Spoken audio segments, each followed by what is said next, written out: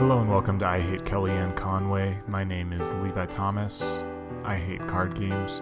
I know it's been a long time coming on this second installment of Lore with Levi. However, I'll be honest, I was quite bored with the Brothers' War. I know many of you love it, but as far as grindy war epics go, I'm not that big of a fan. But I managed to break through the wall of boredom and finish the novel, and so now here we are. Flash forward. The plane of Dominaria 3,000 years in the future. I can't actually remember how long it's been in the novel, but it's a while, so it's the future now, and basically all of the Thran shit is buried out in what's now known as the Falaji Desert. Two brothers named Urza and Mishra are out and about with an archaeologist named Takasia and her crew. Urza and Mishra are both huge nerds when it comes to artifacts and machinery, so I imagine they headed out to the desert because with a lack of water around, they'd probably be less likely to receive swirlies. Anyways, one day, as Urza, Mishra, and Takasia are flying around the desert on a big stupid kite, they stumble across some caves that are familiar to the reader. Held within this cave is a big-ass machine with a big-ass power stone, and as brothers do, Urza and Mishra start to fight over the strong rock until, lo and behold, it breaks into pieces as if it were their mother's vase. Now, having two halves of a power stone, but not being fans of elegant, simple solutions, the brothers continue to fight over who deserves the entire stone. Each brother manages to grab one half of the stone, and in the ultimate big brother power move, Urza names his half the Might Stone and Mishra's half the Weak Stone. And it's around this time that Mishra also declares himself to be rubber and Urza to be glue, but that's kind of beside the point. Anyways, as the situation escalates, the brothers find out that their rocks can shoot freaking laser beams out of their heads, and the brothers have a much more dangerous fight, this time destroying the entire archaeology camp, including Takasia and the gang in the process. Mishra runs away like a little bitch and gets caught by some slave-owning nomads in the desert. Urza finds a town called Krug nearby. Krug name, I know. Anyways, in Krug, the leader of the city had just put up a giant statue of himself in the middle of town square and made a declaration that sounded something like, "Any man who can manage to lift up my massive erection, be it through strength, skill, or concentrated power of will, deserveth to fuck my beloved daughter Kayla until one of them dies," or something like that. So Urza makes a big-ass robot to do it. The king, or whatever, is super into it and forces Kayla to marry Urza. Kayla goes blind from the ceremony after rolling the fuck out of her eyes, and the town is just happy to get that gaudy statue out of the shopping center. Mishra, meanwhile, is climbing up the ladder of success and hires a boozy apprentice named Ashnod, and Urza also finds a right-hand man by the name of Tanos. So now Mishra and the nomads are taking control of many cities in the overarching kingdom of Yoshia, which includes Krug.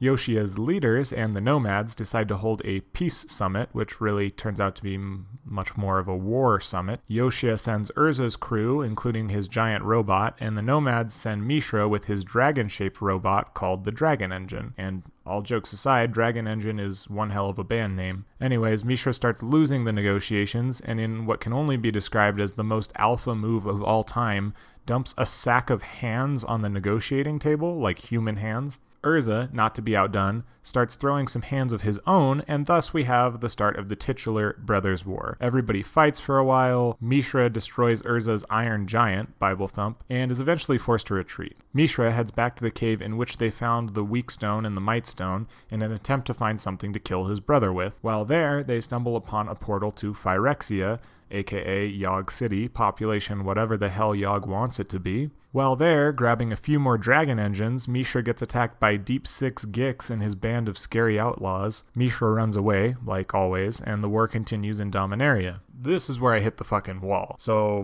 blah blah, massive battles, blah blah, explosions, blah death, blah blah, a nation is a giant wasteland. Ashnod finds a bowl with some bad juju written on it. Pumped up Gix invades Dominaria again and starts a cult. Urza's neglected son is out flying his kite when he stumbles upon an island called Argoth that has managed to avoid the clusterfuck of a war that has been taking place for decades now and still has plants and shit. Being the snitch he is, Urza's son relays the info to his father, and Gix's spies relay the info to Mishra. So now both European metaphors converge on the Native American metaphor and start to fight in the only place left that they haven't fought, During the fight, Ashnod gives Tawnos the bowl she found and tells him to keep it safe before she gets killed in a fight with Gix. Urza and Mishra are about to fight, but Urza notices that Mishra isn't really Mishra, or rather, it is Mishra, but his body is all phyrexified now, so we're not HIV positive that it's the real Mishra. This pisses Urza off and forces him to activate the bowl that Ashnod found, somehow, I think by his thoughts or some shit. Big explosion. Everybody die. Except for Tawnos, who gets away in time somehow, Gix, who hightails it back to Yogg City, and Urza, who is now a planeswalker, PogChamp, who replaces his eyes with the Might Stone and the Weak Stone. So now, with our protagonist being able to jump planes, he can get some fresh air somewhere that's not Dominaria. That was pretty much the whole of it. Obviously, I left a lot of shit out because, again, this novel was boring to me. But now, starting in the next novel, we get some new planes to kind of liven things up, which is nice. By the way, in case you have not heard, I'm planning on streaming on Twitch pretty regularly now. So if you haven't, go ahead and give my Twitch channel a follow. It's just twitch.tv/IHateCardGames, link in the description. I'm thinking about streaming Saturdays and Sundays with some baby streams here and there, but we'll see how it all goes. As for the rewards, for those of you who donated over $5 to get me this computer built, I have a list of the names, and probably on Sunday's stream, I'm going to go ahead and discuss with the people that arrive at the stream as to what type of rewards we're going to do. I'm thinking the number one idea is to do a pack opening of a box of, let's say, Aether Revolt, or I don't know which set you guys would choose for me to do, and then like give out or send out the cards that we get, or the rares, in order of price to those people that paid the most. It's definitely not written in stone that that's what's going to happen, but it's probably what's going to happen because it actually kills two birds with one stone, because I get to make a video of me opening the cards, and then also you guys get your rewards, which I have promised you. Anyways, thanks for watching. I hate card games.